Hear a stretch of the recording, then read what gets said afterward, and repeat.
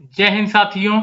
आज की हमारी क्लास 26 अगस्त की डेली करंट अफेयर्स की क्लास है, जिसके अंतर्गत हम बात करेंगे कुछ महत्वपूर्ण प्रश्न। तो चलिएगा इस क्लास को स्टार्ट करते हैं। आज का हमारा आपसे पूछा गया प्रश्न है दोस्तों, रेलियों का शहर किसे कहा जाता है। 4 ऑप्शन आपके सामने हैं, सही आंसर आप लोगों को कमेंट बॉक्स में लिखकर जरूर देना है। चलिए आज के हम अपने पहले प्रश्न की तरफ चलते हैं। आज का हमारा पहला क्वेश्चन है गाइस, विश्व की पहली जीवाश्म मुक्त स्टील किस देश ने बनाई है। स्वीडन, चीन, जापान या इनमें से कोई नहीं। तो गाइस यहां पर हमारा सही आंसर हो जाएगा स्वीडन। हाल ही में दोस्तों Swedish green steel venture hybrid company ने, कौन सी कंपनी ने, हाइब्रिड कंपनी ने कोयले का उपयोग किए बिना उत्पादित स्टील की विश्व की पहली ग्राहक डिलीवरी की है। दोस्तों इस स्टील को hydrogen breakthrough iron making technology का उपयोग करके बनाया गया था, जो कोयले और कोक के बजाय 100% जीवाश्म मुक्त हाइड्रोजन का उपयोग करता है। किसका? 100% जीवाश्म मुक्त हाइड्रोजन का उपयोग करता है।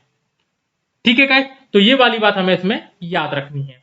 यदि दोस्तों हम स्वीडिश के बारे में बात करें तो स्वीडन हमारा यूरोप महाद्वीप में स्थित है। कहां पर? यूरोप महाद्वीप में स्थित है। स्वीडन की राजधानी कहां पर है? तो स्टॉकहोम में स्वीडन की राजधानी है। कहां पर? स्टॉकहोम में।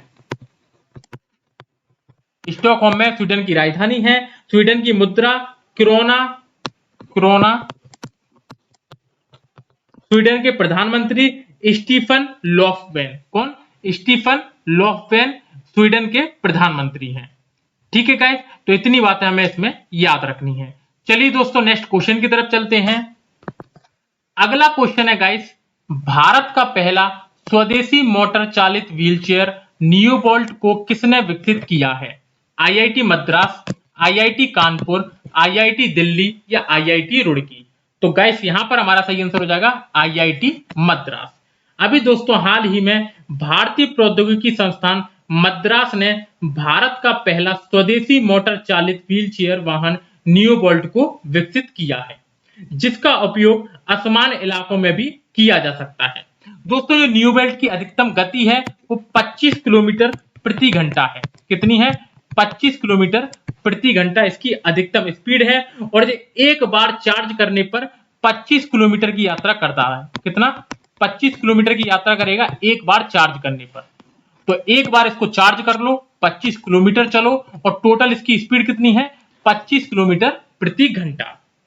ठीक है गाइस, तो ये किसके द्वारा विकसित किया गया है? आईआईटी मद्रास के द्वारा। ठीक है गाइस, तो अच्छा क्वेश्चन है, स्टार लगा लेना। चलिए दोस्तों नेक्स्ट क्वेश्चन की तरफ चलते हैं। अगला क्वेश्चन है गाइस, हाल ही में वेदांता ने किस राज्य में प्राकृतिक गैस की खोज की है। हरियाणा, गुजरात, उत्तराखंड या हिमाचल प्रदेश। तो गाइस यहां पर हमारा सही आंसर हो जाएगा गुजरात। अभी दोस्तों हाल ही में वेदांता ने गुजरात राज्य में प्राकृतिक गैस की खोज की है। दोस्तों वेदांता कंपनी के मालिक कौन है? तो अनिल अग्रवाल इसके मालिक हैं। कौन? अनिल अग्रवाल इसके मालिक हैं। ठीक है गाइस, यदि हम गुजरात के बारे में बात करें तो गुजरात की राजधानी गांधीनगर, गुजरात के मुख्यमंत्री विजय रूपाणी और गुजरात के राज्यपाल आचार्य देवव्रत। ठीक है दोस्तों, तो इतनी बातें हमें इसमें याद रखनी है। चलिए दोस्तों नेक्स्ट क्वेश्चन की तरफ चलते हैं। अगला क्वेश्चन है गाइस, हाल ही में किस देश में सबसे अधिक संख्या में भारतीय छात्रों को वीजा जारी किए हैं। चीन, जापान, अमेरिका या कनाडा। तो गाइस यहां पर हमारा सही आंसर हो जाएगा अमेरिका। अभी दोस्तों हाल ही में भारतीय स्टूडेंट को वीजा देने के मामले में अमेरिका ने नया रिकॉर्ड बनाया है। दोस्तों अमेरिका ने इस साल लगभग 55,000 लोगों को क्या दिया है? वीजा दिया है भारतीय लोगों को। 55,000 भारतीय लोगों को इस साल उन्होंने क्या दिया है? वीजा दिया है। तो दोस्तों सबसे अधिक संख्या में भारतीय छात्रों को वीजा किसने दिया है? अमेरिका ने दिया है। यदि दोस्तों हम अमेरिका के बारे में बात करें तो अमेरिका की राजधानी वॉशिंगटन डीसी, अमेरिका के राष्ट्रपति जो बाइडेन और अमेरिका की उपराष्ट्रपति कमला हैरिस। ठीक है गाइस, तो इतनी बातें हमें अमेरिका के बारे में याद रखनी है। चलिए दोस्तों नेक्स्ट क्वेश्चन की तरफ चलते हैं। अगला क्वेश्चन है गाइस, भारत सरकार ने काबुल से भारतीय नागरिकों को सुरक्षित वापस लाने के लिए कौन सा ऑपरेशन शुरू किया है। ऑपरेशन विजय, ऑपरेशन देवी शक्ति, ऑपरेशन शक्ति या इनमें से कोई नहीं। तो गाइस यहां पर हमारा सही आंसर हो जाएगा ऑपरेशन देवी शक्ति। अभी दोस्तों हाल ही में भारत सरकार ने काबुल से भारतीय नागरिकों को सुरक्षित वापस लाने के लिए ऑपरेशन देवी शक्ति को शुरू किया है। दोस्तों हम जानते हैं कि अफगानिस्तान पर तालिबान ने कब्जा कर लिया है, तो दोस्तों अफगानिस्तान की ही राजधानी है काबुल। ठीक है गाइस, तो अफगानिस्तान पर तालिबान के कब्जे के बाद काबुल से भारतीय नागरिकों और अफगान सहयोगियों को सुरक्षित लाने के लिए भारत के जटिल मिशन का नाम ऑपरेशन देवी शक्ति रखा गया है।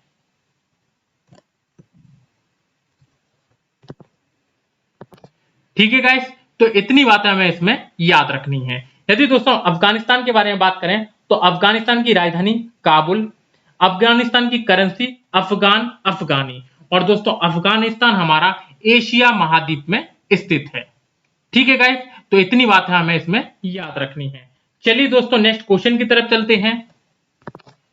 अगला क्वेश्चन है गाइस, हाल ही में सीएसई के पारदर्शिता इंडेक्स में किस राज्य के प्रदूषण नियंत्रण बोर्ड को पहला स्थान मिला है?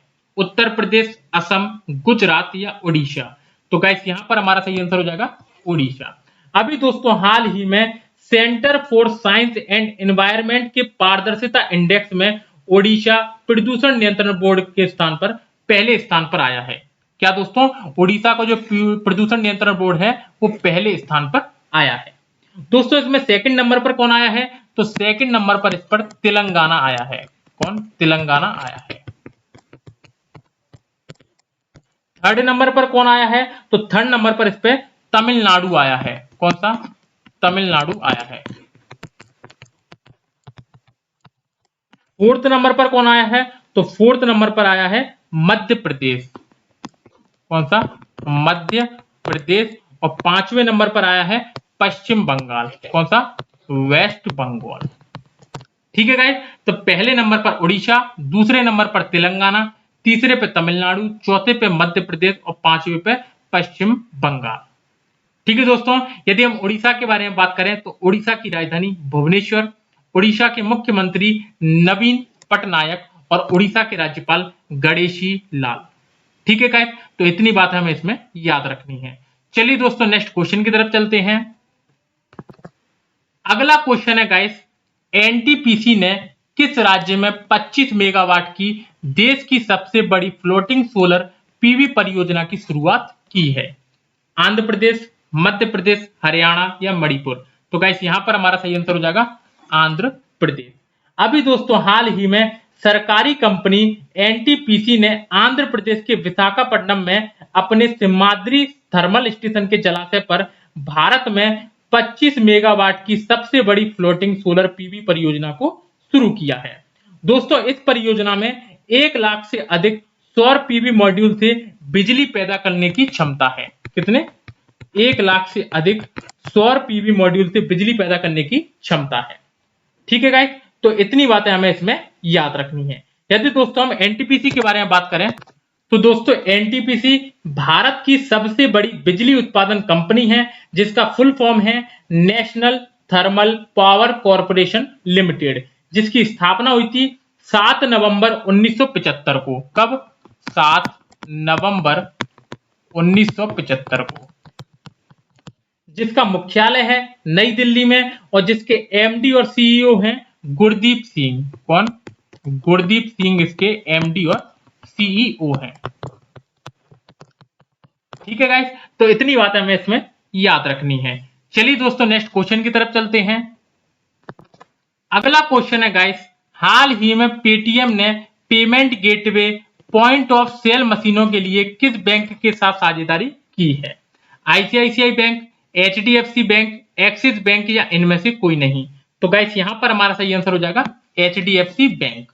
दोस्तों किसके साथ साझेदारी की है? एचडीएफसी बैंक के साथ।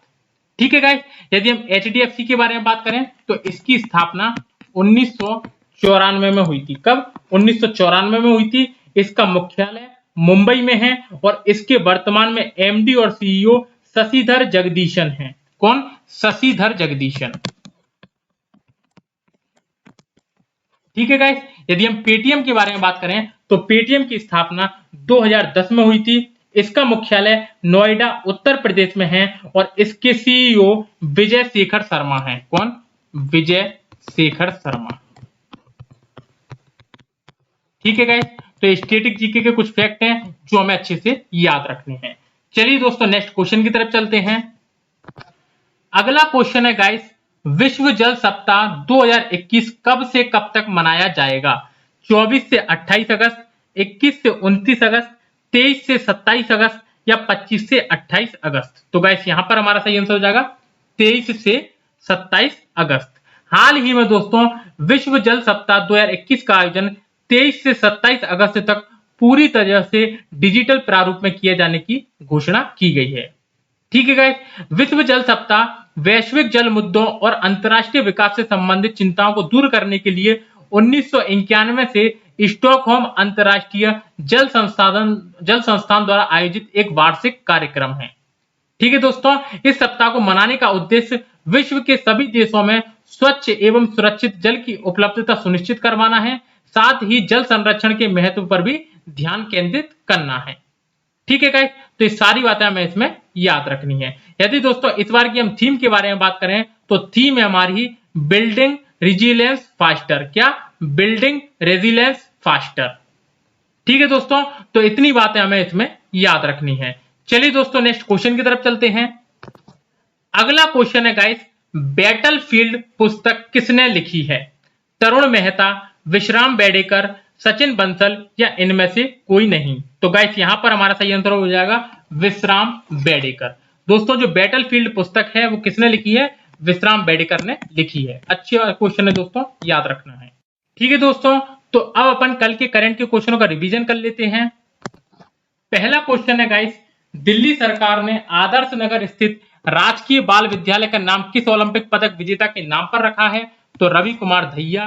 नेक्स्ट क्वेश्चन, सूचना एवं प्रसारण मंत्रालय के नए सचिव कौन बने हैं? तो अपूर्व चंद्र। नेक्स्ट क्वेश्चन, हाल ही में किस राज्य सरकार ने खेल के क्षेत्र में व्यापक प्रतिभा खोज अभियान शुरू किया है? तो Madhya Pradesh. Next question, under 20 world athletics championship 2021 में किस भारतीय खिलाड़ी ने लंबी कूद में रजत पदक जीता है? तो शैली सिंह। नेक्स्ट क्वेश्चन, हाल ही में कौन सा घरेलू पेय ब्रांड पैरालंपिक खेलों का आधिकारिक भागीदार बना है?